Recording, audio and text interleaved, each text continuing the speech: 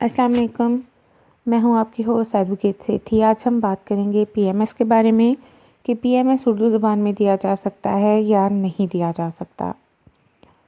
PMS PPSC के through Punjab के लिए कंडक्ट किया जाता है, जिसमें आपके पास दो चॉइसेस होती हैं। या तो आप उसको इंग्लिश में अटेम्प्ट कर सकते हैं या आप उसको उर्दू में अटेम्प्ट कर सकते हैं। बहुत से कैंडिडेट्स, बहुत से एस्पिरेंट्स, बहुत से बिगनर्स ऐसे हैं जो हमसे क्वेश्चन पूछते हैं कि हम पीएमएस को अगर उर्दू में हल करेंगे तो हमारे नंबर्स पर इफ़ेक्ट तो नहीं पड़ेगा, हमारे नंबर्स तो नहीं काटे जाएंगे। ऐसा कुछ नहीं होगा। जब पीपीएससी ने, अथॉरिटीज़ ने, इंतज़ामिया ने इस चीज़ को अलाउ किया है कि आप उसको उर्दू में दे सकते हैं, तो आपके नंबर्स पर कोई इफ़ेक्ट नहीं पड़ता।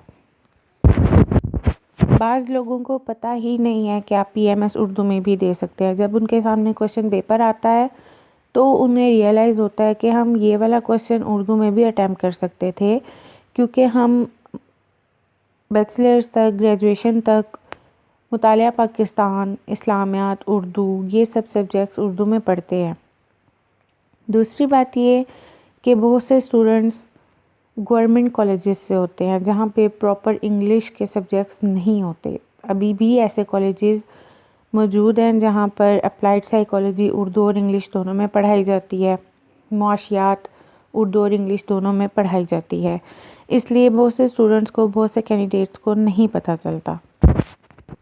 जो भी बिगनर, जो भी कैंडिडेट, जो भी एस्पिरेंट पीएमएस की तैयारी करने जा रहा है, उसको सबसे पहले सिलेबस को डाउनलोड करना चाहिए, पास पेपर्स को देखना चाहिए, उसमें दी गई इंस्ट्रक्शंस को देखना चाहिए कि एक एग्ज़ामिनर ने या इंतज़ामिया ने या पेपर सेटर ने आपसे कौन से इंस्ट्रक्शंस फॉलो करने के लिए कहा है। पीएमएस पंजाब के paper Punjab public service commission के ज़रिए मुनक्किद किए जाते हैं, जिनमें आपके पास 6 लाजमी और 6 इख्तियारी मज़ामीन होते हैं। लाजमी मज़ामीन तो हर एक उम्मीदवार ने ही तैयार करने होते हैं। इनमें 2 मज़ामीन ऐसे हैं जो आपने अपनी चॉइस के मुताबिक तैयार करने हैं, जिसमें पाकिस्तान स्टडीज़ और इस्लामिक स्टडीज़ शामिल हैं।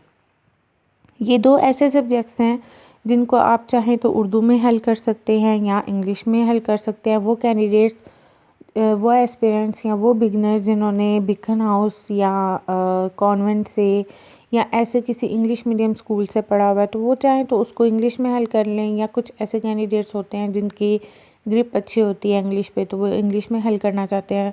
और जो कैंडिडेट्स उर्दू में हल करना चाहते हैं, तो कोई ऐसा मसला नहीं, आप अपना क्वेश्चन पेपर देखें।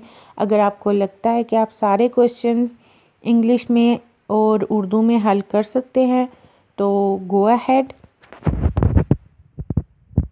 इससे आपके नंबरों में कोई फ़र्क नहीं पड़ेगा। अगर आपने कंटेंट अच्छा दिया है, अगर आपने क्वेश्चन को अच्छे तरीके से हल किया है, तो चाहे आप उर्दू में करें या इंग्लिश में करें, नंबर आपको मिलने ही हैं।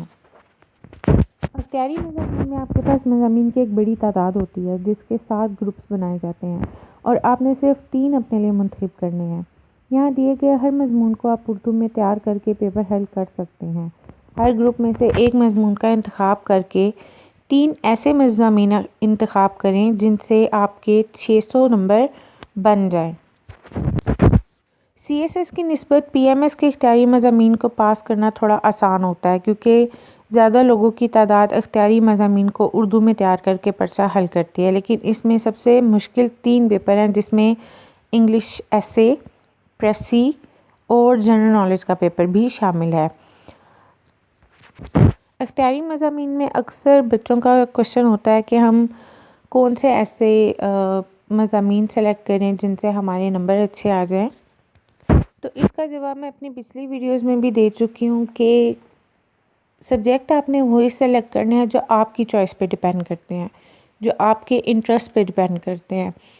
आप अपने दोस्त को देख के कोई सब्जेक्ट रख रहे हैं, या अगर आप स्कोरिंग देख के रख रहे हैं और वो आपको समझ नहीं आ रहा और आप उसको अच्छे से अटैम्प्ट नहीं करते, तो आप उसमें फ़ेल हो सकते हैं।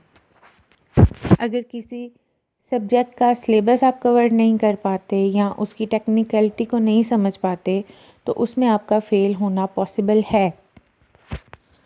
यहाँ दिए गए जितने भी इख्तियारी मज़ामीन हैं उनको पास करना इतना डिफ़िकल्ट नहीं है, क्योंकि आप इसको उर्दू में भी हल कर सकते हैं और अभी भी मार्केट में ऐसी बुक्स मौजूद हैं जो मैस कम्युनिकेशन सहाफ़त को उर्दू में ट्रांसलेट करके देती हैं।